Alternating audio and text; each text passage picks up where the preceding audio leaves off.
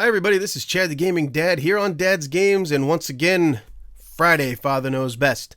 I know last week I missed one, holiday and everything like that, but we're getting right back on track. And as far as regular videos go, I have some footage shot from the last flea market that'll probably be coming out next week, so stay tuned for that. But this week, on Friday, Father Knows Best, I had some suggestions on the last one where some people wanted me to talk about game collecting and game hunting. So I thought I'd get into that a little bit. Alright, so a lot of you know from watching different YouTube channels, including mine, that you can find a lot of good things out at flea markets and different kind of sales, also going through shops like Goodwill or other kind of charity shops, places that people donate things that are sold for charity. But a lot of those places are starting to get, I don't know if it's just because of the cell phones. I know the cell phones are doing a number on the flea market, but some of these other stores are getting wise to the fact that retro games are getting bigger as far as collecting, and they're starting to raise their prices on them. So you gotta watch out. You kind of have to go into these things. I always say it's kind of like gambling. You know, if you go to a casino, you don't want to bring more money than you can afford to lose, type of thing. So if you go to the flea market and you're looking for some specific games, don't spend more than you're willing to pay for these things, and always ask for a deal. I mean, make the seller give you their price first if there's no price on the game, and then counter offer. Never just pay what they're asking, because what they're asking is what they would like to get, and what they would take is probably a little bit less than that. And I'm not saying to be cheap or rip anybody off, but that's just the game that we play. You know, negotiation is just the rule. That's the name of the game. That's the way it goes. So if you're out at a flea market or something, definitely negotiate and dig down in their boxes. Sometimes these guys, especially resellers, they buy a whole bunch of stuff at once to put out on the tables and things. They might not know everything that they have. They may have missed one that you need, or that just wasn't on their radar. Because I've talked to a bunch of resellers that, you know, they buy a lot of games to sell, but they don't necessarily know what they all are. And I've asked them about, hey, have you watched this show or watched these guys on YouTube? They're not like us. You know, we sit here and we watch YouTube and we love watching these guys, and we go out and game hunt and we find games, we bring them home, clean them up, play them. That's not what these guys do. These guys are essentially operating a business. I mean, I don't know too many guys like me that are collectors that go out and sell things at the flea market. We go out and buy things at the flea market. We don't go out and sell them. So keep that in mind too when you're out there, because the people that you're buying from, they might not know as much about what you're looking at as you do. You might know a lot more because you're way more into this than they are. They're looking to find a product to sell, and so they know it from that perspective, but as far as everything else, they may not know it. And that basically leads me into my next point. You see, you don't just find things at garage sales and at flea markets. You can sometimes actually, to quote the Game Chasers, you can catch GameStop slipping, and you can catch other retail stores slipping. And I'll tell you some examples. The video game Hero, you know, Hero for the Atari 2600. I'm looking at the online here on my computer, and it's telling me that Hero on eBay right now is going for, some of them are $30, some of them are $20. There are some that have manuals and things like that that are a lot more, but just a basic loose cartridge, I would say, is between $20 and $30, which isn't a ton of money, but for an Atari game, that's kind of a lot. So, I'll tell you the story. I got the Hero game, Hero, from a place called The Exchange. Now, I don't know if they're national. There's a bunch of them around Ohio and Pennsylvania, around where I'm living, but you may have other stores like this where they sell, you know, video games, music CDs, movies. It's basically a trade-in business. You know, you trade in different media and they sell it. And a lot of times these guys are pretty cool. But again, just like I said about the resellers, they don't know as much about these things as you do. So I walked into one of these places, and they must have got a huge box of Atari games from somebody, and they offered them, you know, minimal money for it. And this guy who traded it in, guy or girl, whoever, they didn't want them anymore. They stuck them on the shelf and just put $1 on each one. They probably had 40 or 50 of them there, right? I'm scanning through and I'm looking and I'm like, really? I got Hero for $1. They didn't know what it was. They had no idea that that one game could sell for almost their whole stack that they had $1 on. And I picked up a few other ones too. Nothing quite as standout as Hero, but there you have it. That's a retail store where you wouldn't expect to see great deals. But if you use your head and you look, always look. I mean, if you're a collector and you're like me, you love going into these stores just to look around to see what they have in case there's something that jumps out that you didn't know about or haven't seen in a while or something.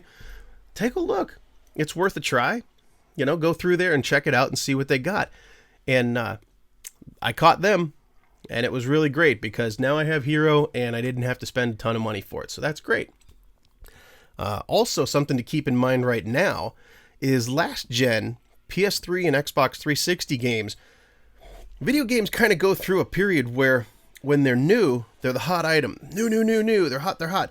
And then as soon as the next new thing comes out, nobody gives a crap about the stuff that came before, especially if it's not quite retro yet. I mean, it is technically retro because it's last generation, but most people right now don't consider the PS3 and the 360 to be any big deal because it's yesterday's news. So this is the time, if you're a collector, to go out and find these games. PS3 and Xbox 360 games are going for a lot cheaper than they did when they were new. And they're going for a lot cheaper than they will in a few years when people start to go, oh man, I sure wish I had those games again from years ago. And then it'll happen. It's happened with all the other systems. It's going to happen with those ones too. So that's another tip. These retailers are selling those things dirt cheap, whether it's a place like the Exchange or the next place I have a story to tell you about, GameStop. Absolutely GameStop. You can catch them slipping too because it's a corporation. They set their prices across the board and that's just what it's going to be. Right now they're trying to sell retro. They're trying to sell, you know, the old NES, the Sega, Super Nintendo, all that kind of stuff.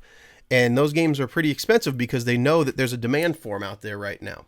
So you got to keep an eye out for that. But here's a couple games that if you look on eBay, let me show you the first one. The first one is this one, Fire Emblem Radiant Dawn. It's the Wii one. This one, if you look on eBay right now, is showing about $70 to $80. Some of them going for upwards of $90. And if you go to GameStop's website, the real key to GameStop is checking their website because that's where you're going to find stuff that maybe even some of the employees have just sort of stuck in the back until they get paid or something like that, which that's fine. But if you show up and you got money in hand and you want to buy it right now, chances are they'll sell it to you. See, Fire Emblem Radiant Dawn, this one right here that's going between like $70 and $90 upwards. It's been a little bit more expensive in the past. It looks like it came down a little bit on eBay, but right now at GameStop, you can get it for $69.99, $70. And if you have a card, you know, if you're one of the people that have a card from GameStop or whatever, you probably get it for a little bit less than that. They're very rare. They're hard to find. Okay. So you go into the website and you have to check availability, check the stores. That's how I found this one. I got this one a couple years ago and it was, less than 50. So here we go. I put in my address and the nearest place that has one is like 50 miles away. But if it's something that you really want and you don't want to spend a ton of money, if you're going to be going out of town, take a look because there might be a GameStop nearby that has one in stock and you can snag it for a lot less than probably what you get on eBay or at a convention or something where the people know that this thing is a collector's item. The other one that I got that I wanted to talk about real quick is this one. It's Devil's Third. There it is. There you can see it. Devil's Third, notorious game for being horrible. It has a huge backstory as far as the development issues and how it went from different developer to developer or publisher rather. It was always being developed by Itagaki, the guy that did the Ninja Gaiden series that on like 360 and Xbox and stuff like that. But anyway, This game got released very, very limited run. There was very few games that were put out, and immediately it was like $90 and $100 on eBay. Well, it's back down to a normal price of about $60 because they did another run of them, and that's how I got this one. You check GameStop again, and I just happened to find a place that was local, that was nearby, that had a couple copies, and the guy that was working at the store didn't even know they had them. I said, hey, I want to pick up that Devil's Third thing for the Wii U. He's like, oh, you can't find that game. It's nowhere. I said, open your drawer. It says you have them. He opens the drawer, and he's like, oh, there's 3 of them here. Okay, cool, here's one. They're going to sell out of those again, too, and I don't see them making a whole bunch more production runs of this because it's not selling like hotcakes. It's not a terrible game, but yeah, it's kind of a mess too. So I'm hoping to do a review on that one of these days, and I'll show you guys exactly what I'm talking about with Devil's Third. I did play through the entire game and finished it. So anyways, that's my tips as far as collecting and game hunting. I mean, obviously go out to some flea markets, go out to some garage sales, but don't forget about the retail places, and remember always that you probably know more about what you're looking for and what you see in front of you than even the people who are selling them, because collectors collect, sellers are looking to sell, and that's the way it goes. Every now and then, if you go to a convention or something like that, those guys that sell there, they probably know a lot about their stuff. That's why they're selling at a convention and, renting a booth and stuff. So just kind of remember who you're buying from, and always try to negotiate. I know that the retail stores, they probably won't go for that, but anybody else, they'll probably work with you and do something. So anyway, that's all I have for you this week on Father Knows Best. And until next time, remember, you never outgrow video games. My name's Chad the Gaming Dad. This is Dad's Games, and thank you for watching. So long, everybody. Just wanted to give you a quick update. It's that time of year again, summertime, and that means it's time for Too Many Games. Too Many Games is a great convention in Oaks, Pennsylvania. It's near Philadelphia, and it's going to be going on from June 24th through 26th. It's a Friday, Saturday, Sunday. So go to toomanygames.com. That's TOO, manygames.com. I'll put it here on the screen and in the description. Check out all the guests that are going to be there. So many people, so many panels, bands that are playing. There's going to be tons and tons of vendors to buy games from. I'm going to be there on Friday and probably part of Saturday. And this is my first year as part of Screenwave. So hopefully I'll be over there hanging out with some of the Screenwave guys if you want to come say hi. Going to be doing some interviews, all kinds of stuff. I can't wait. So don't miss out. Too Many Games. If you can make it out there, go check it out, because for retro gaming, this is the place to be. Too Many Games, June 24th, 25th, and 26th, Oaks, Pennsylvania. Go to the website, check it out, get your tickets now. Everything is filling up. There's going to be tons of people there. Let's go have some fun with a bunch of other gamers just like us. It's going to be a good time. We'll see you there.